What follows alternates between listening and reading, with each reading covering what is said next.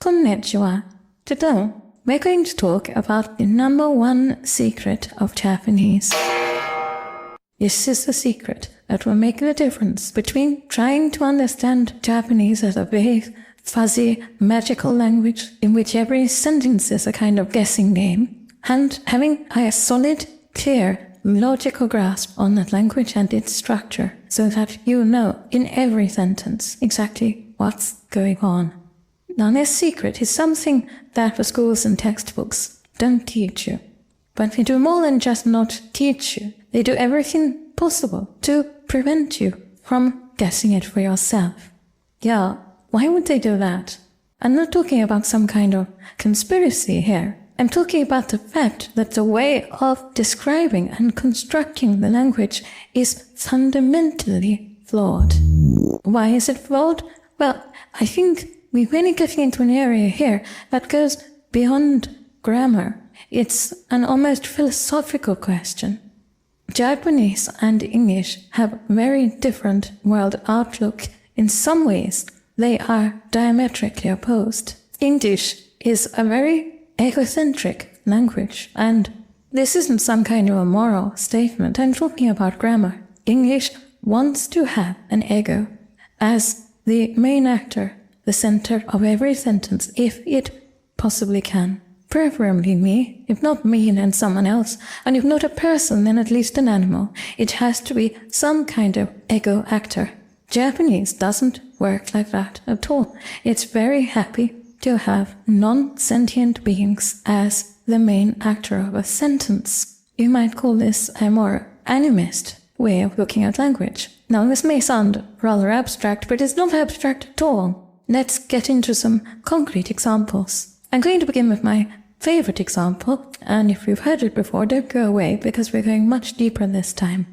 My favorite example is watashi wa kohi ga suki da. Now, we can have the watashi or we can not have it. It will be understood whether we say it or not. What the textbooks and the schools and everybody else tells you is that this means I like coffee. And I like coffee may well be what we would say in English if we wanted to say something similar, but it's not what this sentence means. And if you followed the course up to this point, you can see why it isn't. The first and most important point here is look where the ga is. The ga is marking the coffee. We know that the main actor, the doer or the beer of a sentence is always marked by ga. So we know that the main actor of this sentence is not watashi, I, yet is a coffee, which is marked by ga. Watashi could have an invisible ga after it, but in this case it can't, because we already know what the ga is, it's the coffee. So the coffee is being or doing something. In English, we're told that it's a does be sentence, but we only have to look at it to see that it isn't. It ends with da. It's an a is be sentence, isn't it? The coffee is ski. So what does ski mean? Ski is a noun, and it's one of those adjectival nouns that we've talked about before. So it's telling us something about the nature or condition of the coffee. In this case, what it's telling us is that the coffee is pleasing. That's the core of the sentence. Coffee is kunsa. The watashi wa, implicit or explicit, is telling us in whose case it is pleasing. As for me, coffee is pleasing. Now, this is very, very, very important, because if we don't know that, if we really believe that this sentence means I like coffee, our grasp of ga and wo is completely messed up. If the actor of this sentence was watashi, it would have to be marked by ga. If the thing that the actor was acting upon by liking it was the coffee, then it would have to be marked by wo. So we have two particles, and two most fundamental particles completely confused in our mind. We now believe that sometimes ga can mark the object of the sentence instead of its subject, the thing acted upon instead of the beer or doer of the sentence. And we now believe that the object of the sentence, the thing that's being acted on, can sometimes be marked by ga instead of wo. And none of this is true. It never can. That can never happen. And if that could happen, Japanese would become chaos. And that's exactly what it does become in the minds of many students. So as we see in this sentence, Watashi is the non-logical topic of the sentence and marked by wa. It's not the actor, it's not the subject. Coffee is not the object which would be marked by go if it was. It is the subject. Banski is not a verb, meaning to like. It's an adjective, meaning to be pleasing. So every single word in this sentence is being misdescribed by the standard explanation. And this kind of misunderstanding throws Japanese into complete chaos. Now, are there many cases like this in Japanese? Well, frankly, it doesn't matter if there are many or not.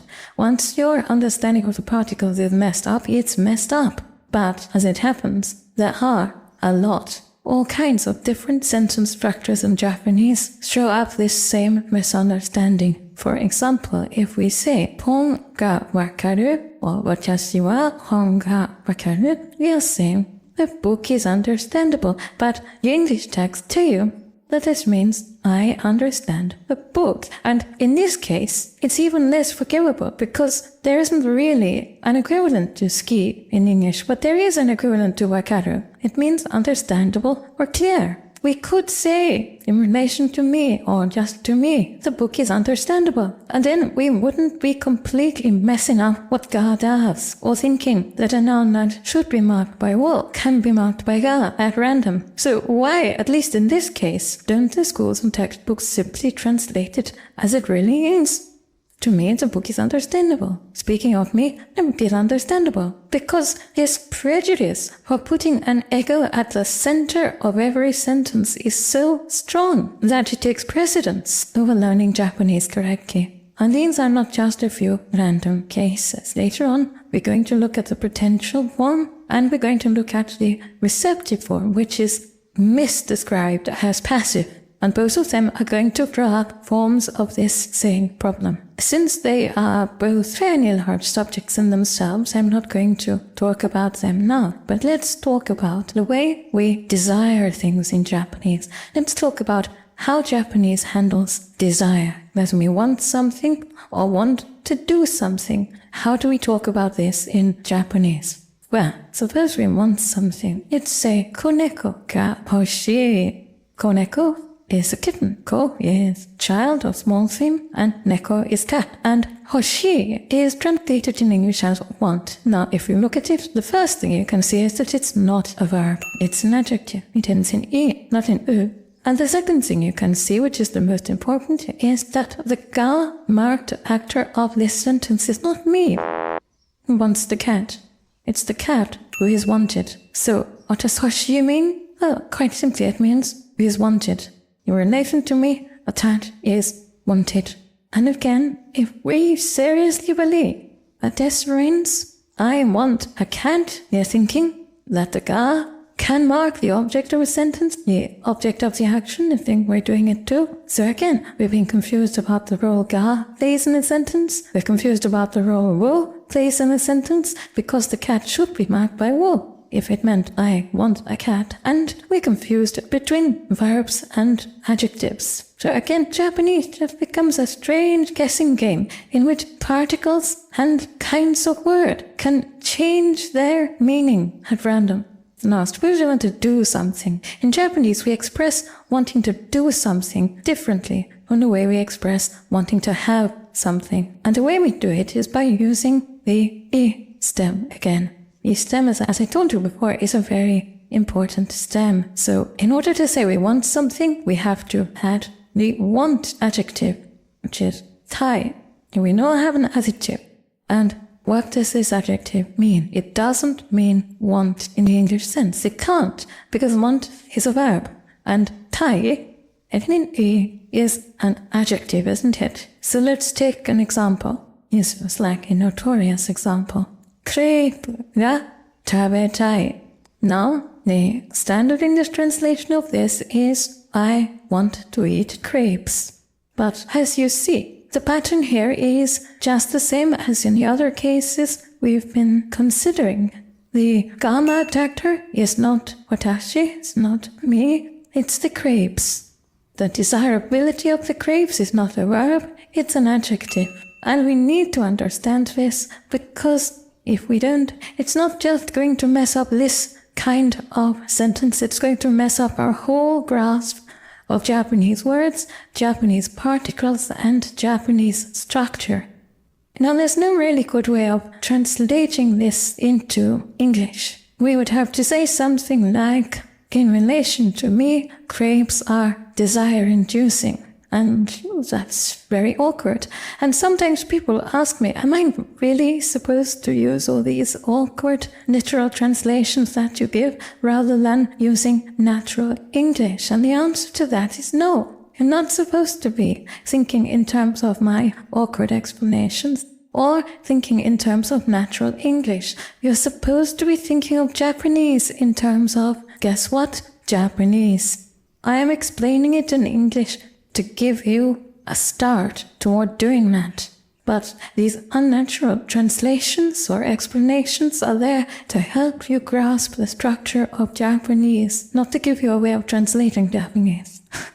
Now, as I say, the pattern is the same in all these cases, and I don't think it's very difficult to grasp. It may take you a little while to adjust your mind to the more animist way of thinking, and to do that you may want to watch this video 2 or 3 times more to get it fixed in your head. But it isn't inherently difficult, I think you will agree. But now we're going to look at something which could seem confusing, and I promise you it isn't if you just follow carefully what I'm going to say. We have this sentence here, クレープが食べたい. But what if we didn't have the grapes here? What if we just said 食べたい? That is no longer in this sentence what English wants to call the object of desire, and what is in fact the subject of desire, the desire inducer. And obviously there has to be a ga marked 0 ka, or, as you know, we don't have a sentence. But what is that 0 ka in this case? Well, the ironic thing is that in this case the 0 ka is what the English textbooks thought it was all along. Yes, I really am the actor of the sentence this time. And that may be part of the reason for a lot of the confusion that happens on this subject. 私が食べたい means I want to eat. I don't want to eat grapes necessarily or sakaras or bento necessarily. I just want to eat. And because there is no eat-inducing subject here, the want to eat is attributed directly to me. And you may be asking, you should be asking, so what is this tai? Is it an adjective describing a condition of something making me want to do something? Or is it an adjective describing my desire? And the answer is that it can be either. Obviously, when it is describing the cake, it's also indirectly describing my feelings about the cake. It's describing the feelings the cake induces in me. And when there's no cake there, no crepe there, or no sakaras or bento there, I just describe my feelings directly. And this is often the case in Japanese with adjectives of desire. For example, kawaii, which means either scared or scary. If I say obake ga kawaii, I'm saying ghosts are scary. What if I say just kawaii? You're saying I am scared. Now, is this confusing? It isn't confusing because we have a landmark that tells us what to do every time. And that landmark is ga.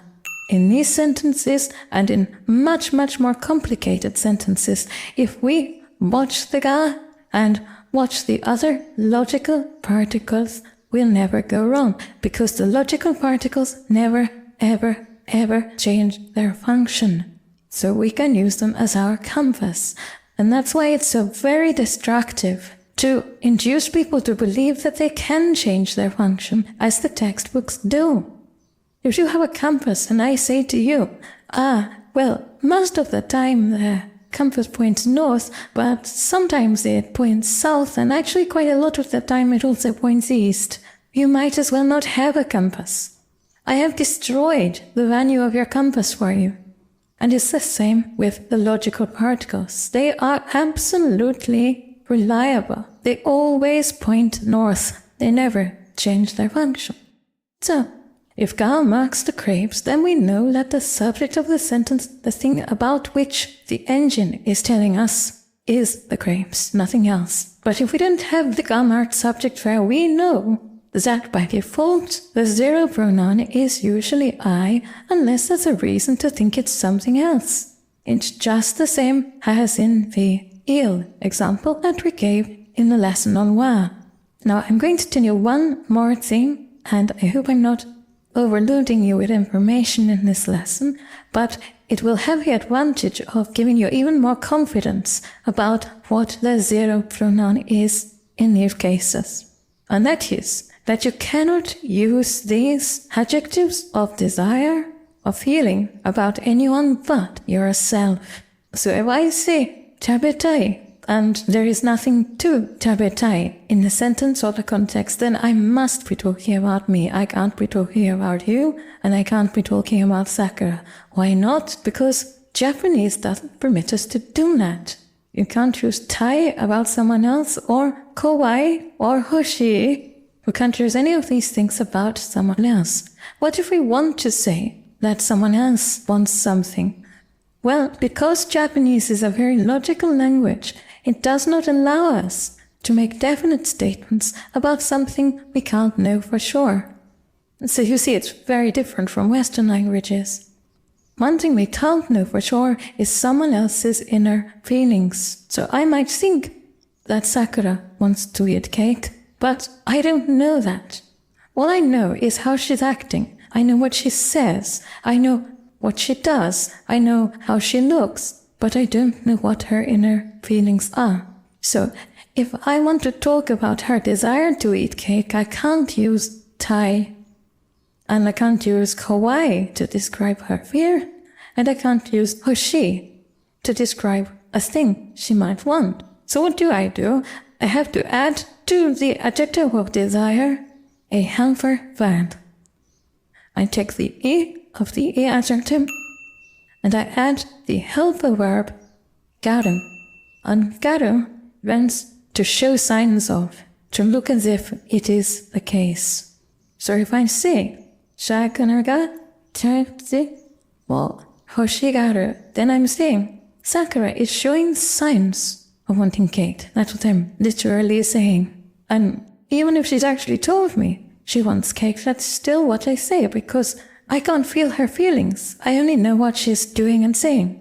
Now, why do we use a verb in the case of other people when it's an adjective in the case of ourselves? Again, this is very logical.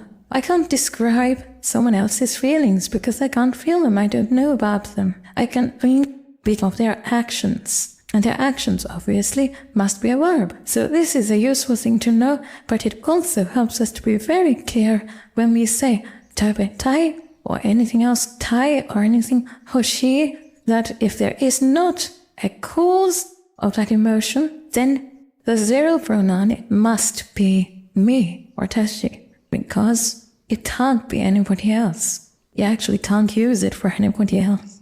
So that's quite a lot of information in one lesson. But understanding this is going to shortcut you right through a huge area of confusion and misunderstanding that troubles many Japanese learners for years.